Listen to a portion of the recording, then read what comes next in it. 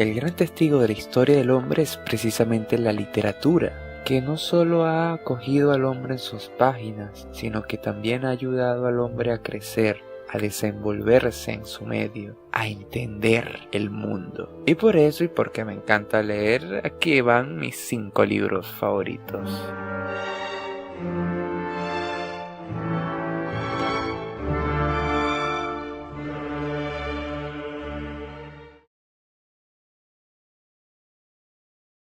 La historia de Lisey. Curioso, ¿no? De todos los innumerables bestsellers, éxitos mundiales o libros que le hacen honor al epíteto de rey del horror de King, una novela de amor es la que se gana un lugar en este top. Y a ver, no es que sus otros libros sean malos, de hecho The Shining es un muy buen libro de horror, pero creo que este libro, al ser el más personal de Stephen King, habla en su propio idioma. Alejado de las grandes tramas o aterradores monstruos, esta historia va sobre una señora llamada Lizzie, que en antaño fue esposa de uno de los más grandes literatos de Estados Unidos, pero hace ya 2 años que él falleció, y a partir de aquí se va construyendo una historia en donde se revela el pasado de Lizzie y de Scott, su esposo muerto, su íntima relación, los distintos problemas que atraviesa una pareja, los sacrificios que hace la misma para estar juntos. Con unos muy buenos personajes y una narrativa espectacular, esta novela habla de lo que fue una vida. Habla del escapismo y también de la familia, además de estar cargada de una cantidad considerable de símbolos. Todo esto hacen de esta novela todo un placer leerla. La descripción de la contraportada probablemente define a la perfección este libro. Probablemente la novela más personal y más intensa del autor. Explora los orígenes de la creatividad, la tentación de la locura y el lenguaje secreto del amor.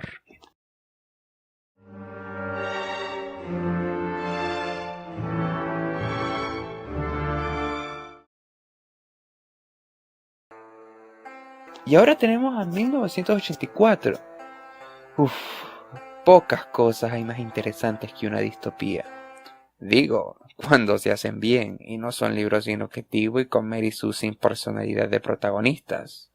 Las distopías son libros que denuncian un aspecto que está mal de la sociedad, dibujando en el futuro caos en forma de advertencia si se sigue con la tendencia actual que denuncia el autor. Y como máximo representante de este género tenemos a Orwell y su 1984.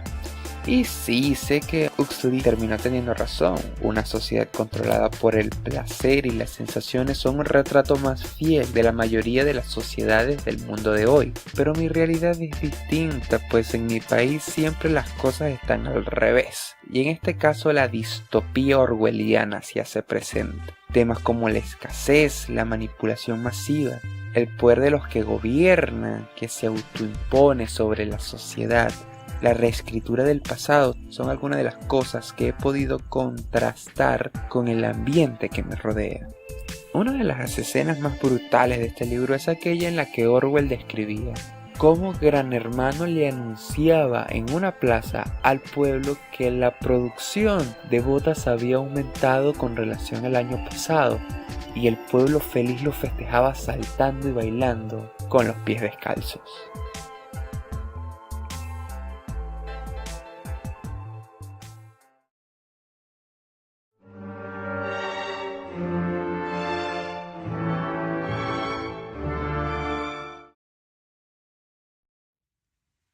Los renglones torcidos de Dios. Escrito por Luca de Tena en el 79, este libro aborda el tema de la locura, pero desde el punto de vista más racional. Lo hace desde el punto de vista del psiquiatra y de la relación que tiene este con su enfermo. Este libro va sobre una detective llamada Alice Gold que un día decide internarse en un psiquiátrico con la intención de resolver un caso de homicidio, porque supuestamente el culpable del homicidio reside en el psiquiátrico a donde se internó. Y a partir de aquí la trama se enrevesa, poniéndote a dudar sobre qué es real y qué es producto de la locura. Además, el libro termina lanzando un mensaje sobre el sentimiento de pertenencia, y sobre el significado de la familia. Como dato curioso, quiero agregar que Lucas de Tena, el autor, para documentarse acerca de cómo se vive en un sanatorio mental, hizo el mismo procedimiento que luego repetiría en su novela Alice. Se internó en un sanatorio mental por voluntad propia como paciente para ver de primera mano cómo vivían los enfermos mentales. Y tomando toda esta experiencia se inspiró para crear los escenarios y los personajes de la obra. Y a ellos les dedicó esta novela.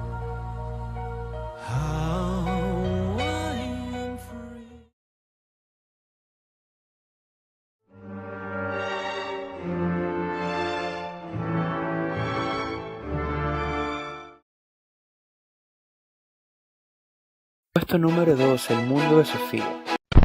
Vale. No será la novela más profunda en temas filosóficos, no tendrá los mejores personajes del mundo, y de hecho el libro termina con un final demasiado ambiguo. Pero oye, nada es perfecto, y las cosas que hace bien Gardner son muchísimas. La primera gran cosa que hace bien el autor es cómo es introducida la filosofía en este libro de manera sencilla, cosa que a veces se les olvida a los escritores de filosofía. Y explicando bajo qué contexto se desarrollan aquellas corrientes de pensamiento, y asimismo lo que supusieron esas corrientes a la historia de la humanidad. La trama trata sobre Sofía, una niña que un día recibe una carta con dos preguntas: ¿quién eres y de dónde vienes? Y entonces se embarca en un viaje en la historia del hombre, de la mano de un curso de filosofía que toma con el autor de dichas cartas. Esta trama la adereza con el autodescubrimiento de la protagonista y cómo Sofía redescubre el mundo a raíz de lo que va aprendiendo. Además de que es una de las obras que mejor maneja el concepto de la cuarta pared. Llega un punto de la obra donde Sofía sabe que el libro está por terminar y que todo se va a acabar. Al final el libro propone la idea de que estos personajes ficticios coexisten en el mismo mundo de nosotros, porque viven en nuestras ideas.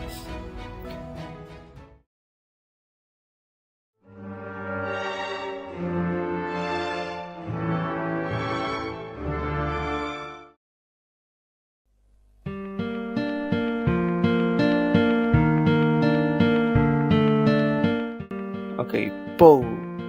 No tengo que decir nada, es Poe.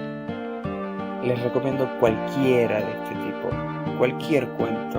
Es sencillamente un mago para escribir y plasmar escenarios, el máximo exponente de la literatura norteamericana. Hago hincapié en estos 3 cuentos.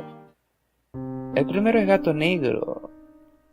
Este libro va sobre un joven matrimonio que lleva una vida hogareña, apacible con un gato, hasta que el joven empieza a dejarse arrastrar por la bebida. El alcohol lo vuelve irascible y en uno de sus accesos de furia acaba con la vida del animal.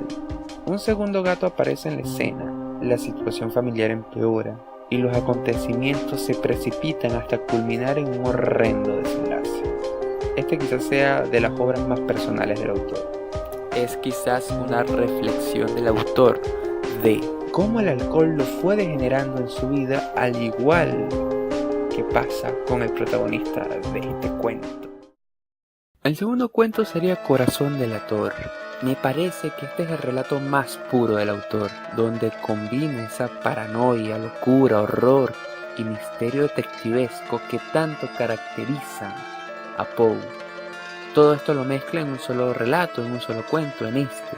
Este cuento va sobre el sentimiento de culpa que queda luego de haber hecho algo horrible, cómo te carcome por dentro y terminas siendo devorado por él.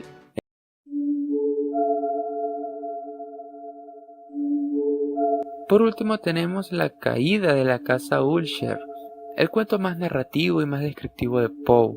Es el epítome de la novela gótica, llena de lúgubres descripciones. Esta es sin duda una de las más grandes representaciones del horror en el arte. La literatura cada día pierde terreno frente a otros medios. Y por si fuera poco, lo que logra destacar de este mundo son cosas como esta. Pero alejado de todos estos libros cliché, no hay que olvidar las grandes historias, la relación de la literatura con la sociedad, con la ciencia, con el progreso y los que nos puede llegar a enseñar este medio. En fin, no hay que olvidar lo primordial que es un buen libro.